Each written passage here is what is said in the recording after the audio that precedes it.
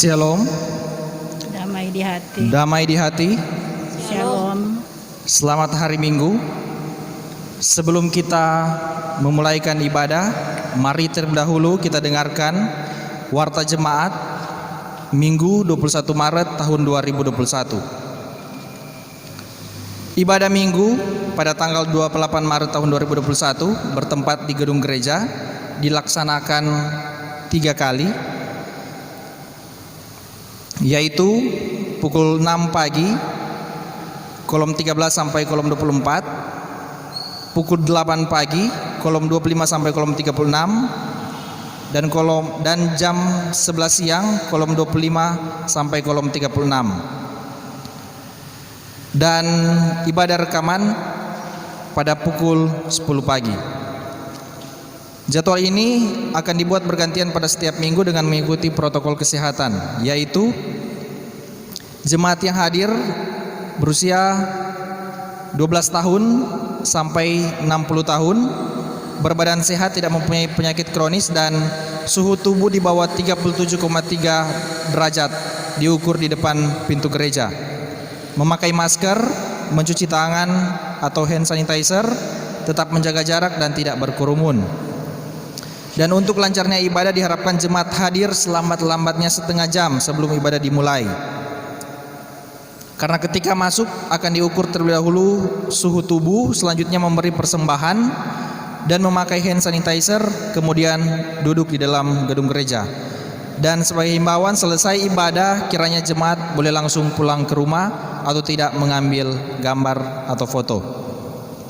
Dan untuk jemaat yang belum memenuhi syarat protokol kesehatan dan belum siap beribadah bersama, akan dilayani melalui media YouTube, Facebook, dan tata ibadah yang dipublikasikan melalui pengeras suara pada pukul 10 pagi.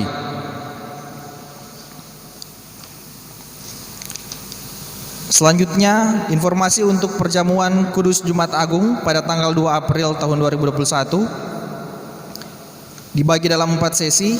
Kolom 1 sampai kolom 12 jam 6 pagi, kolom 13 sampai kolom 24 jam 8 pagi, jam 10 pagi dalam bentuk rekaman, dan kolom 25 sampai kolom 36 jam 11 siang. Sudah dibuka kelas katekisasi bagi jemaat yang berusia 16 tahun ke atas, dan bagi jemaat yang ingin mengikutinya boleh langsung mendaftar di kantor gereja. Dana santunan duka sudah dilaksanakan 39 kali. Untuk itu bagi peserta yang belum memberikan tanggung jawabnya sampai saat ini, dimohon segera dapat menyelesaikan pada Siamas atau ke kantor jemaat.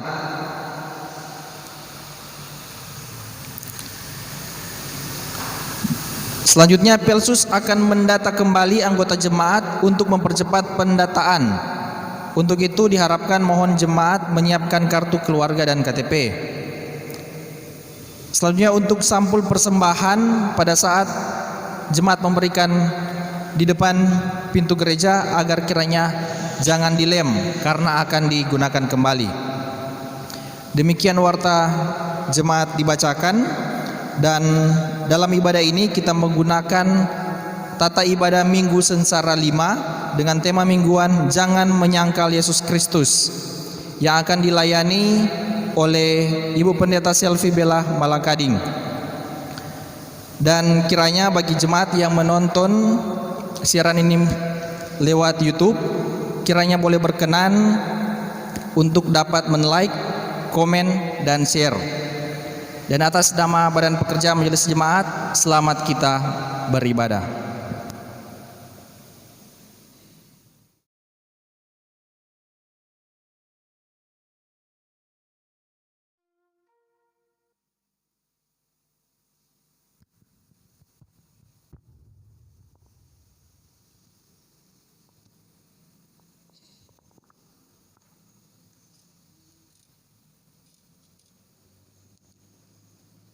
Jemaat yang diberkati Tuhan, marilah kita berdiri untuk memulaikan ibadah penghayatan Minggu Sengsara 5 sambil menyanyi Kidung Jemaat nomor 183 ayat 1, Tulang nyata di atas kita.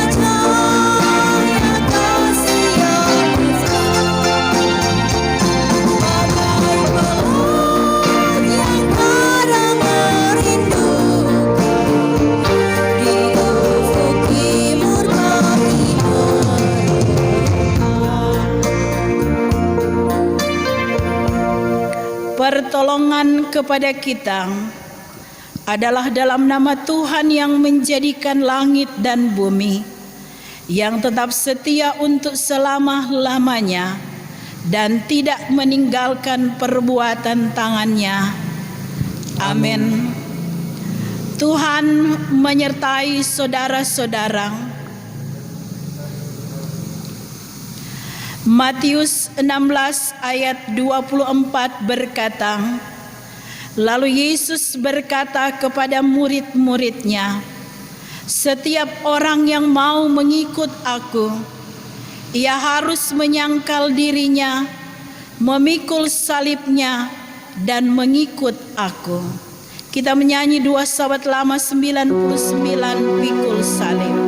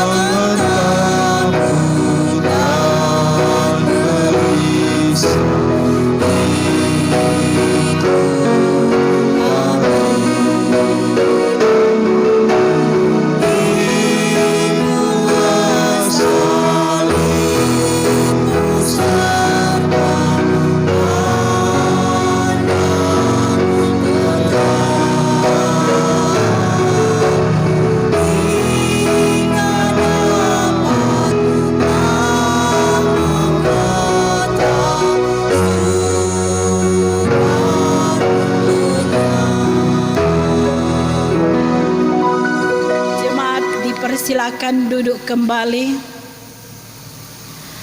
Marilah kita merendahkan diri di hadapan Tuhan Allah kita dan mengaku dosa kita kepadanya. Firman Tuhan berkata, sebab beginilah firman yang maha tinggi dan yang maha mulia, yang bersemayam untuk selamanya dan yang maha kudus namanya.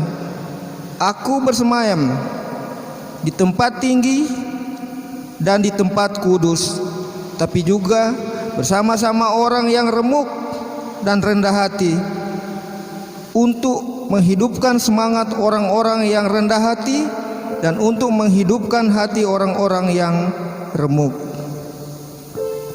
Marilah kita berdoa. Di hadapan-Mu ya Tuhan, tidak ada yang tersembunyi, dan dalam konteks setiap hari, kadangkala kami menyangkal Engkau. Kami kurang menjadi murid yang setia, yang mempertahankan komitmen kami untuk melayani dalam waktu senang ataupun waktu duka, dalam waktu yang terancam ataupun di waktu kami mengalami kesukacitaan. Karena itu, menyadarilah kami penuh dengan kelemahan dan keberdosaan. Engkau yang mengasihi dan Engkau yang mengampuni. Engkau yang mengasihani kami melalui pengorbanan Kristus Yesus di atas kayu salib, dan darah-Mu yang telah tertumpah untuk kami, menghapus akan dosa-dosa kami. Ya Tuhan, baharilah kehidupan kami, dan kami boleh berlayak di hadapan hadirat-Mu. Demi Kristus, kami mengakui akan segala kesalahan kami. Amin. Kita menyanyi Kidung Jemaat nomor 29 ayat 1 dan 2 di muka Tuhan Yesus. Ku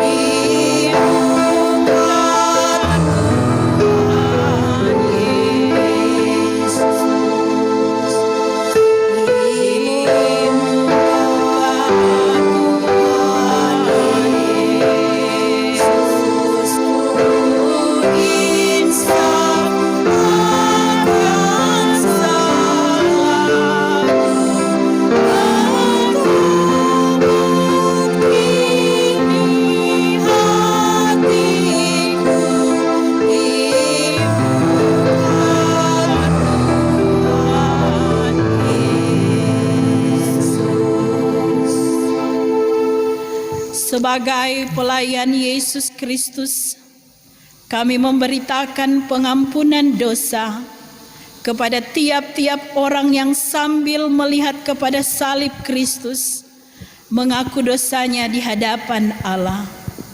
Marilah, baiklah kita berperkara firman Tuhan.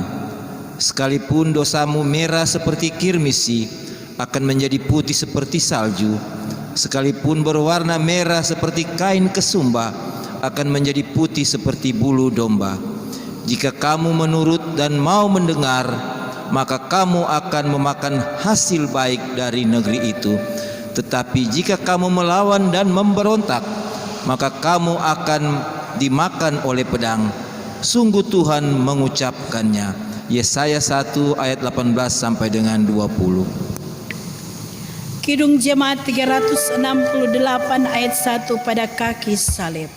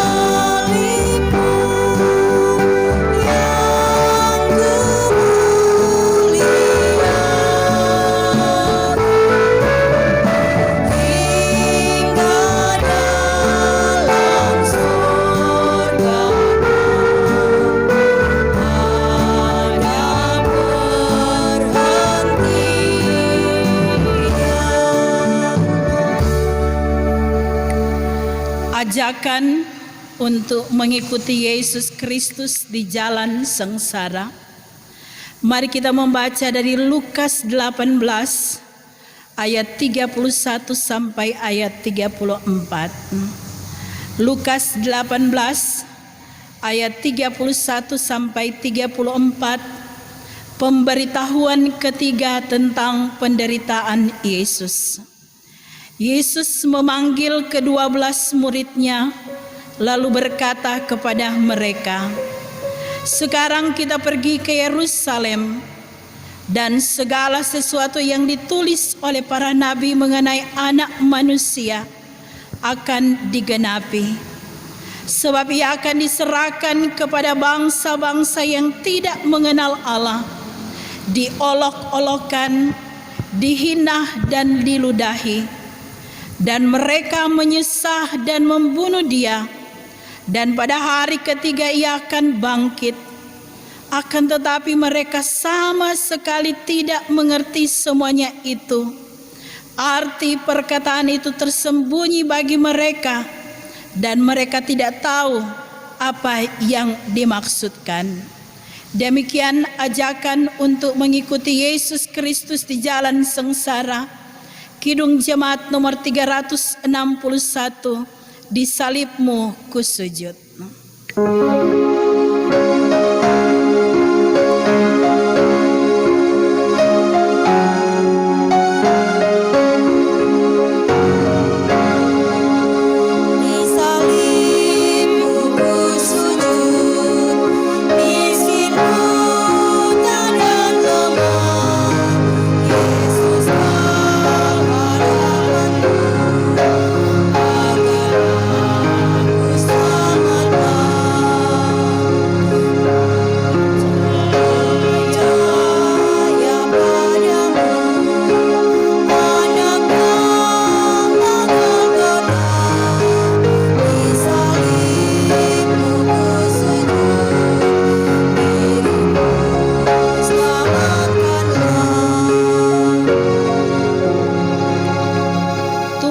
menyertai saudara-saudara dan menyertai saudara juga. Marilah kita berdoa. Firman-Mu ya Tuhan memberi kekuatan, ketekunan, tapi juga kekuatan atas batin, jiwa, dan kehidupan kami. Dan kini sebagai jemaat-Mu yang dalam perayaan dan penghayatan Minggu Sengsara yang kelima, kami akan dituntun kembali oleh kebenaran firman-Mu. Roh Kudus menguasai kami ketika kami mau mendengar, bahkan pun merenungkan karya agung-Mu melalui kebenaran firman yang akan kami baca dan renungkan saat ini. Demi Kristus yang adalah firman kehidupan. Amin. Jemaat yang diberkati Tuhan, marilah kita membaca Alkitab yang terdapat pada Kitab Perjanjian Baru, Matius pasal 26 ayat 69 sampai dengan 75. Dengan perikop Petrus menyangkal Yesus. Sementara itu Petrus duduk di luar di halaman, maka datanglah seorang hamba perempuan kepadanya. Katanya, "Engkau juga selalu bersama-sama dengan Yesus, orang Galilea itu." Tetapi ia menyangkalnya di depan semua orang. Katanya, "Aku tidak tahu apa yang engkau maksud." Ketika ia pergi ke pintu gerbang, seorang hamba lain melihat dia dan berkata kepada orang-orang yang ada di situ, "Orang ini bersama-sama dengan Yesus, orang Nazaret itu." Dan ia menyangkalnya pula dengan bersumpah, "Aku tidak kenal orang itu." Tidak lama kemudian orang-orang yang ada di situ datang kepada Petrus dan berkata, "Pasti engkau juga salah seorang dari mereka. Itu nyata dari bahasamu."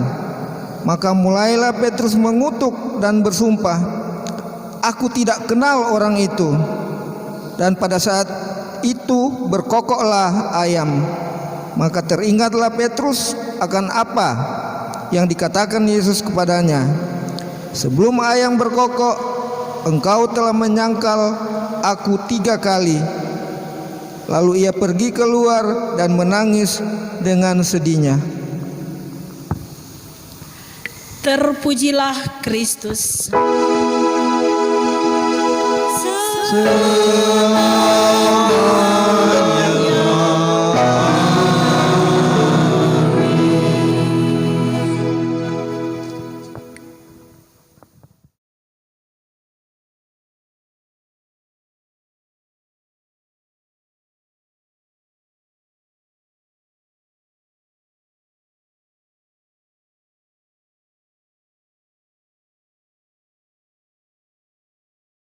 Saudara-saudara yang kekasih, ada ungkapan yang sering kita dengar, janji tinggal janji, lain di mulut, lain di hati. Petrus yang semula berjanji setia sampai mati demi Yesus, dalam Matius 26 ayat 35, ternyata ia gagal memenuhi janji itu. Belum 1 hari berlalu dari saat dia berjanji dan dia rela mati untuk Tuhan. Ternyata dia telah menyangkal Tuhan. Kelihatan di sini bahwa Petrus mengalami ketakutan dengan apa yang terjadi. Ia melihat bahwa Mesias begitu lemah ketika ditangkap, dan Tuhan tidak melakukan perlawanan terhadap penangkapan tersebut. Terlebih dalam pikiran Petrus bahwa ketika Tuhan ditangkap, akan ada dari langit atau dari surga yang menolong atau mengirim balas bantuan kepadanya. Ternyata saudara-saudara, apa yang terjadi tidak seperti yang diharapkan. Demikian pun dengan kita. Kadang kita berpikir bahwa Tuhan, saya ini adalah hamba Tuhan, maka apapun yang diperhadapkan maka engkau selalu berpihak kepadaku. Tapi pada kenyataan, kadang di luar ekspektasi kita, maka saat itu kita mulai mundur, bahkan melakukan hal yang tidak semestinya kita lakukan sebagai hamba Tuhan. Ada begitu banyak contoh yang terjadi ketika seorang hamba Tuhan diperhadapkan dengan kesengsaraan, penderitaan, maka ia mulai berpaling, bahkan pun menyangkal imannya. Dengan langkah yang takut, Petrus mengikut Tuhan dan ingin tahu apa yang terjadi dengan Tuhan Yesus. Dan ternyata Tuhan Yesus diadili di depan Kayafas. Kayafas, saudara-saudara, adalah seorang imam besar yang hidup pada zaman Tuhan Yesus, dan terutama berhubungan dengan kisah sengsara Tuhan Yesus. Dan apa yang ditakutkan ternyata terjadi. Ada seorang gadis muda yang hanyalah seorang hamba rendahan mengeluarkan statement bahwa Petrus juga adalah seorang pengikut Yesus dari Galilea. Ayat yang ke-69. Dan dengan cepat Petrus mematahkan, menyangkal dengan keras pernyataan dari perempuan muda itu.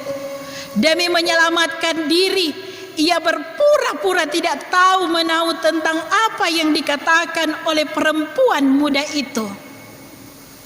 Ayat yang ke-70.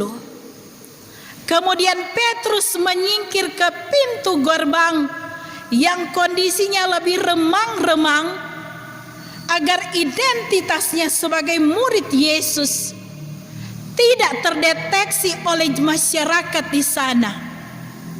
Ternyata di pintu gerbang pun ia masih dikenali sebagai seorang yang satu kampung halaman dengan Yesus. Ayat 71. Dan kali yang kedua, penyangkalan Petrus dengan sumpah bahwa ia tidak mengenal Yesus. Ayat 72. Hal yang ketiga yang dilakukan oleh Petrus yang menurut saya adalah hal yang fatal, adalah Petrus mengeluarkan ucapan kutukan sebagai penegasan bahwa ia bukan salah satu dari pengikut Yesus. Pada ayat yang ke-73, dia mengucapkan sumpah yang siap menerima kutukan berat dari Tuhan seandainya dia berdusta. Petrus tidak lagi takut Tuhan. Dia lebih takut orang banyak kalau mereka tidak percaya pada kebohongannya. Kehidupan kita pun sekarang kadang seperti Petrus, supaya mengamankan apa yang kita lakukan, apa yang kita katakan, maka segala cara dipakai supaya ada pengakuan banyak orang bahwa kita benar dan membenarkan tindakan atau perkataan kita. Saudara-saudara, setelah penyangkalan yang ketiga, Petrus mendengar ayam berkokok pada ayat yang ke-74. Tersadarlah Petrus akan peringatan Yesus. Inilah tanda Yesus. Inilah tanda bahwa Petrus telah menyangkal Yesus. Dan Petrus menangisi dirinya dan menyesal akan apa yang sudah dilakukannya. Ia hanyalah seorang penakut yang mencari aman demi diri sendiri dan memutuskan untuk menyangkal Tuhan Yesus.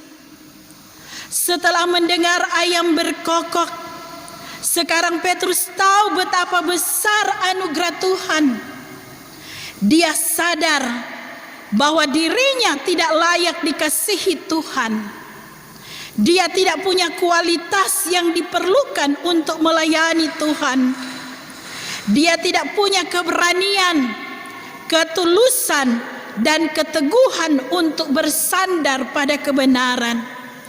Sedikit ancaman membuat dia mundur dan mengabaikan gurunya.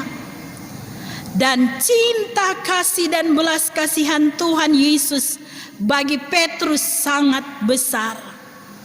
Kalau kita membaca bagian-bagian selanjutnya, bagaimana Petrus dipulihkan, ia menerima jalan pertobatan dengan menjadi rasul yang besar, yang walaupun ia juga harus menerima konsekuensi sebagai pengikut Tuhan Yesus dengan jalan kematian yang hampir sama dengan Tuhan Yesus, yaitu disalibkan. Tapi salib yang dipasang terbalik. Petrus akhirnya berani setia sampai mati demi Tuhan Yesus. Saudara-saudara, kita sudah ada di minggu sengsara kelima. Melalui bagian Alkitab ini kita belajar bahwa hendaklah kita terus konsisten dengan iman yang Tuhan anugerahkan kepada kita. Kalaupun kita diperhadapkan dengan pergumulan dan kesusahan, itu merupakan bagian dari naik kelas atau level keberimanan kita kepada Tuhan Yesus yang sengsara bagi kita. Dan jangan berpikir bahwa dengan mengikut Tuhan bahwa kita aman, kita ada dalam keadaan damai, kita ada dalam keadaan yang tercukupkan. Tapi justru ketika kita menjadi pengikut Tuhan, disitulah kita akan diperhadapkan dengan berbagai dinamika kehidupan ini. Ingat apa yang dikatakan oleh Tuhan Yesus. Setiap orang yang mau mengikut aku, ia harus menyangkal dirinya, memikul salibnya, dan mengikut aku. Alkitab tak pernah mencatat bahwa pengikut Kristus akan terbebas dari masalah dan beroleh kenyamanan hidup. Karena itu kita tetap teguh dan terus meyakini bahwa apapun yang diperhadapkan dalam kehidupan kita, kita selalu diberi belas kasihan, kita selalu diberikan rahmat, dan kita selalu diberikan pengampunan yang berasal dari Yesus Kristus yang sengsara, mati, tapi bangkit bagi kita. Amin.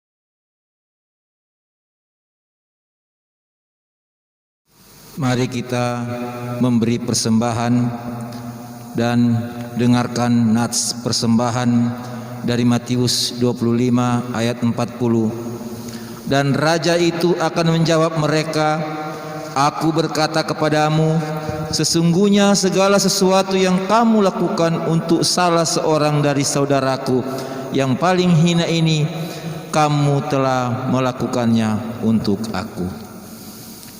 Sambil membeli persembahan, kita menyanyi Ku Ingin Menyerahkan.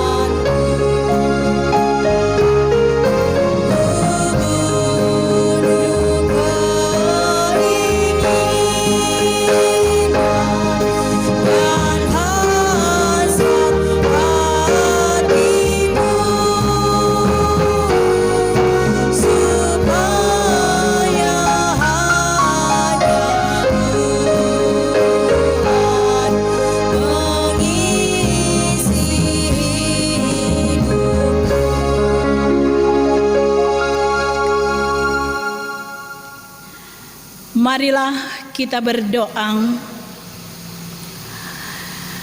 Ya Yesus Kristus yang sengsara bagi kami, yang diadili, yang dirajam, bahkan yang disalibkan untuk penebusan atas segala dosa-dosa kami. Biarlah dengan firman-Mu kami boleh belajar bahwa hidup yang Engkau anugerahkan kami boleh jalani dengan sukacita iman, sekalipun diperhadapkan dengan resiko-resiko kehidupan termasuk resiko keberimanan. Kami tetap konsisten, kami tetap kuat di dalam iman, dan kami tidak akan menggadaikan iman kami dengan apapun, dan kami tidak akan goyah dan takut, dan Engkau akan menyediakan segala sesuatu dalam hidup kami. Dan saat ini ya Tuhan, kami bersyukur kami boleh ada di perayaan dan penghayatan Minggu Sengsara yang kelima. Semakin kami mempersiapkan diri untuk menyelami kasih setia-Mu yang tidak pernah berkesudahan. Bahkan pun Engkau selalu memberikan yang terbaik dalam kehidupan kami. Sehingga ketika kami lemah, Engkau beri kami kekuatan. Ketika kami sakit, Engkau sembuhkan dan Engkau memulihkan keadaan kami. Ketika kami berbeban oleh karena persoalan-persoalan kehidupan kami, Engkau selalu memberi kami jalan keluar.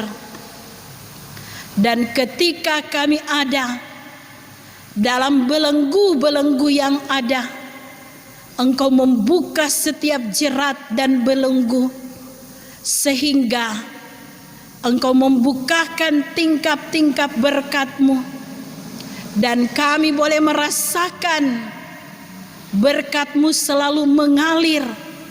Pekerjaan kami ada peningkatan karir, usaha kami boleh berhasil, boleh beruntung.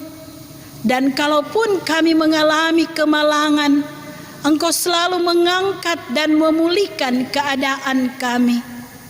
Dan ketika kami kekurangan hikmat dalam pendidikan dan dalam pekerjaan, dalam perjuangan hidup kami, maka Engkau selalu memberi kami kekuatan menghadapi berbagai dinamika hidup kami. Berkati pelayanan yang ada di Jemaat Gemim Shalom Karumbasan ini, badan pekerja majelis jemaat, seluruh pelayan khusus, komisi pelayanan BIPRA yang ada, komisi-komisi kerja, BPPJ, penasehat majelis jemaat, sampai pada UPK yang ada di kolom tim doa, tim kerja. Beri kami hati sebagai hamba, sehingga komitmen iman dalam keterpanggilan kami sebagai hamba-hambamu, kami boleh jalani dengan sukacita iman yang walaupun ada berbagai resiko, kadang kami dihina, kadang kami dihujat, kadang kala kami menerima segala konsekuensi dalam pelayanan ini. Tapi kami meyakini ya Tuhan, ketika kami komit pada panggilan-Mu, maka Engkau selalu memberi kami jalan keluar. Berkati seluruh jemaat yang ada di Gemim Shalom Karombasan. Berkati mereka yang mendengar siaran, bahkan pun memakai fasilitas melalui media sosial yang ada, baik YouTube, Facebook maupun yang lain. Kiranya kami boleh disentuh oleh kebenaran firman, bahkan pun persekutuan ibadah saat ini. Dan kami bersyukur dengan saudara-saudara yang boleh menikmati pemberkatan Tuhan melalui hari ulang tahun. Di antaranya di kolom 1, Dr. Randa Ibu Hermina Kaunang 65 tahun. Kolom 14, Ibu Magrica N. Piring Ama PD 51 tahun. Kolom 25, Mikael Wauran Mamesa 10 tahun. Kolom 29, Mareta Pandelaki 3 tahun. Kolom 30, Bapak Steady MR Rumbai 53 tahun. Kolom 31, Van Nofri Umar 44 tahun. Berkatilah saudara-saudara kami ini yang menikmati hari ulang tahun dengan kekuatan, dengan kesejahteraan, dengan keselamatan yang berasal daripada-Mu. Biarlah sukacita ini akan tetap menjadi bagian dalam perjalanan kehidupan yang Engkau anugerahkan. Mereka boleh berkarya, mereka boleh melayani, dan boleh menjadi berkat dalam hidup ini. Berkati program-program gereja-Mu, terutama Gereja Masehi Injili di Minahasa. Pada akhir bulan Maret ini akan dilaksanakan sidang majelis sinode istimewa. Engkau berkati utusan-utusan yang ada, sehingga mereka dapat merumuskan, bahkan pun menjawab setiap pergumulan-pergumulan jemaat yang ada. Dan apa yang diputuskan boleh diterima dengan baik oleh jemaat, dan kami boleh menjalani, sehingga Gereja Masehi Injili Minahasa akan menjadi gereja misioner, bahkan pun akan semakin membangun dan membesarkan nama Tuhan Yesus yang telah sengsara, mati, dan bangkit bagi kami. Kami berdoa bagi kehidupan bangsa dan negara kami dalam proses-proses pemulihan, masih dalam pembenahan tapi juga pemulihan akibat pandemi COVID-19 yang saat ini sementara pelaksanaan pemberian vaksin. Biar ini semua boleh berlangsung dengan baik dan Engkau memberkati pemerintahan yang ada baik di pusat, daerah, dan lingkungan, dan kami sebagai warga masyarakat boleh menjalani semua ini dalam ketaatan kepada Kristus Yesus Tuhan yang menganugerahkan kesempatan untuk menjadi warga masyarakat yang baik dan berbakti kepada bangsa dan negara kami. Kami bersyukur ya Tuhan, pelaksanaan ibadah dalam menjawab semua kebutuhan-kebutuhan jemaat untuk beribadah. Maka biarlah pelaksanaan ibadah yang boleh ada di jemaat di rumah bagi mereka yang tidak sempat beribadah di gedung gereja. Maka Engkau memberkati yang sudah terlibat di dalamnya. Di antaranya pelayan khusus kolom 36, Penatua Bapak Thomas Kando, dan Engkau memberkati juga Syamas Bapak Jimmy, dan Engkau memberkati seluruh jemaat yang ada, sehingga jemaat kolom 36 semakin hari semakin diberkati oleh Engkau. Kau memberkati juga pemain keyboard Bapak Jufri, dan Engkau memberkati prokantor Ibu Meiti Tandungan. Kau memberkati Bapak Michael Waluyan bersama dengan Gabriel Waluyan yang selalu setia membuat video-video, mengedit sehingga boleh sampai di jemaat yang ada di rumah, bahkan pun dimanapun mereka pergi dan berada. Dan Engkau memberkati kostor yang telah menyediakan segala fasilitas yang ada di gedung gereja ini. Ya Tuhan, kami tahu bahwa segala sesuatu yang kami kerjakan adalah untuk kemuliaan nama-Mu. Maka kami berserah, Engkau selalu berkenan atas segala sesuatu yang menjadi harapan dan doa kami. Inilah kami yang berdoa dan mengucap syukur kepadamu. Kami mengangkat segala sembah dan pujian kami hanya kepada Kristus Yesus yang sudah mengajar kami berdoa. Bapa kami demikian. Bapa kami yang di sorga, dikuduskanlah nama-Mu, datanglah kerajaan-Mu, jadilah kehendak-Mu di bumi seperti di sorga. Berikanlah kami pada hari ini makanan kami yang secukupnya, dan ampunilah kami akan kesalahan kami, seperti kami juga mengampuni orang yang bersalah kepada kami. Dan janganlah membawa kami ke dalam pencobaan, tetapi lepaskanlah kami daripada yang jahat, karena Engkaulah yang empunya kerajaan dan kuasa dan kemuliaan sampai selama-lamanya. Amin. Jemaat diundang berdiri. Klik 279 siapa yang setia.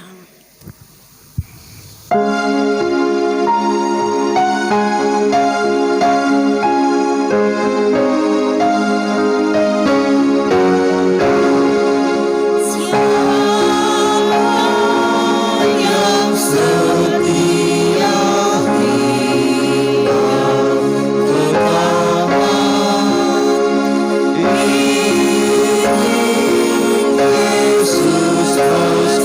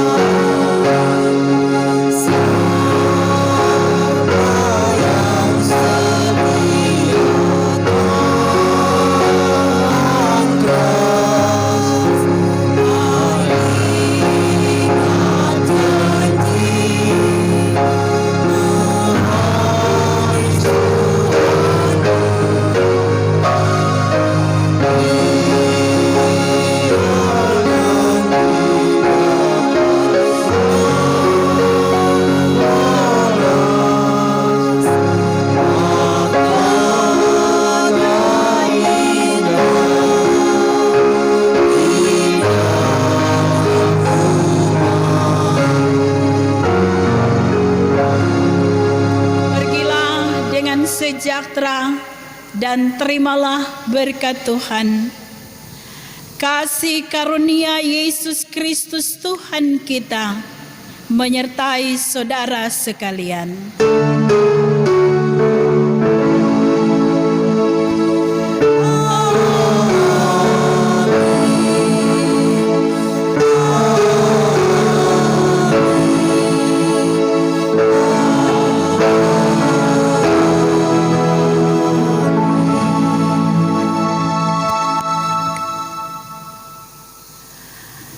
Demikian ibadah di hari Minggu tanggal 21 Maret 2021 dalam perayaan Minggu Sengsara yang kelima.